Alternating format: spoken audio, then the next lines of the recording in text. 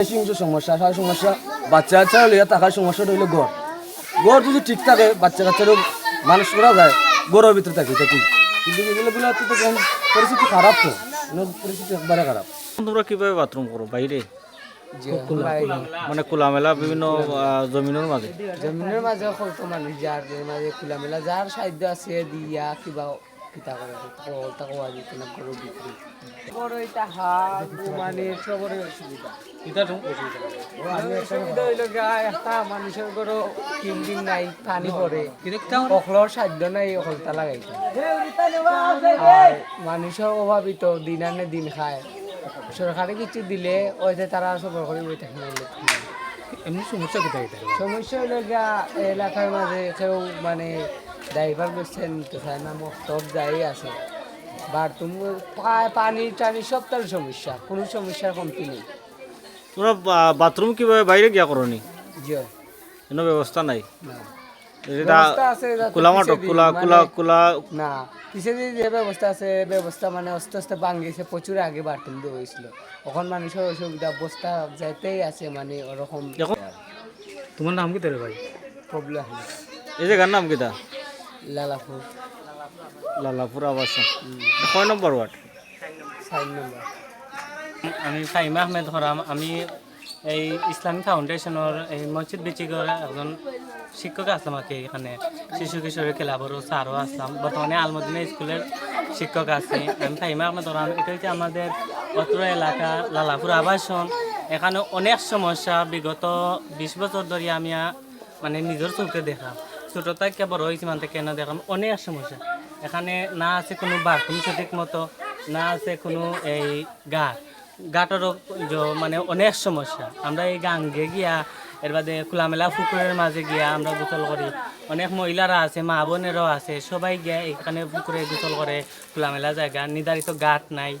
এর বাদে আরও অন্যান্য সমস্যা আছে।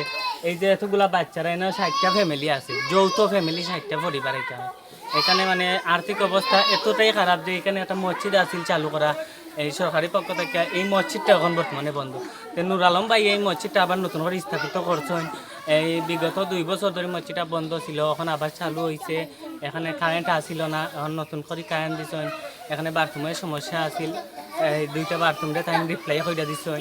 বর্তমানে আরও সমস্যা রইয়া গেছে, যেমন অনেক ঘরে দেখতে পারছেন আপনার টিন নাই। বর্তমান অবস্থা বাচ্চারা মানে লেখাপড়ার অবস্থা খুবই খারাপ, তারা মসজিদে যাইতে পারে না। আমরা লালাপুরের মসজিদ একটা আছে, জামাই মসজিদ আছে, এটা প্রচুর দূর। সকাল হইলে বাচ্চারা স্কুলেও যায় না, মসজিদেও যায় না। মানে আর্থিক অবস্থা পর্যায়ের ক্ষেত্রে অনেক সমস্যা আছে। এগুলা মানে সমস্যার সমাধান করার মতো মানে আইন তারা আইয়া এন্ট্রি করে নেই।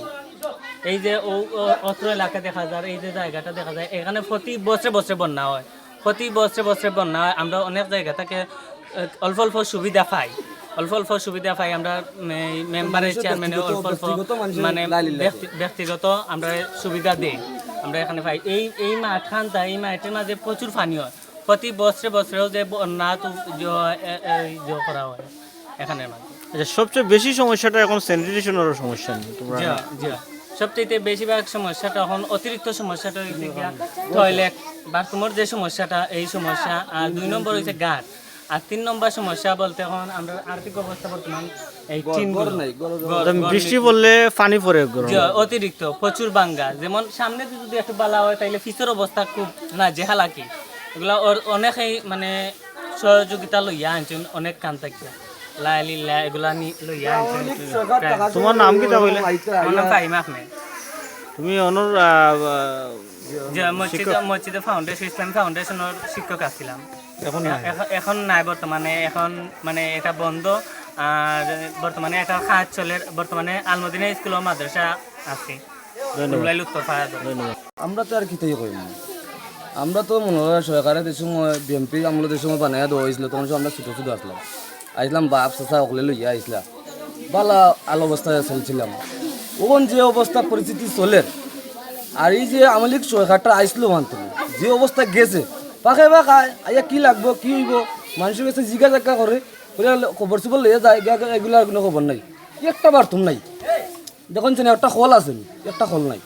মানুষের কাছ থেকে আমরা লাইলিল্লা লইয়া, মানুষের কাছ থেকে আমরা লাইলিল্লা লইয়া কলে একটা বুয়াই আমরা ব্যক্তিগত চান্দা তুলি অনেকে ভাত খাইতে পারেন না চান্দা তুলি আমরা কল বুয়াই এর বাথরুমও আশেপাশে খাস পান করি দেখছেন আপনারা আটিয়া কত বিভিন্ন ধরনের পাতলা সাতলা টিন লাগাই আছে মানুষ সরকারে কিন্তু এটা সবুত লাগে না আওয়ামী লীগ সরকার গেছে গিয়া এখন তো বিএনপি সরকার আছে আমরা আশা ভরসা আছি আমরা এখনও সরকারের প্রতি আশা ভরসা আছি আরও যে আমরা গাঁও গ্রামের মানুষের বিভিন্ন ধরনের মানুষের যে আমরা সাহায্য দিলাম তারার প্রতি আমরা খুশি আছি তো এগুলো তো আমরা আমার নাম জুবেদ মিয়া আমি অনরই থাকি এই জায়গার নামটা কি এই জায়গাটা লালাপুর আবাসিক না আবাসিক জায়গা।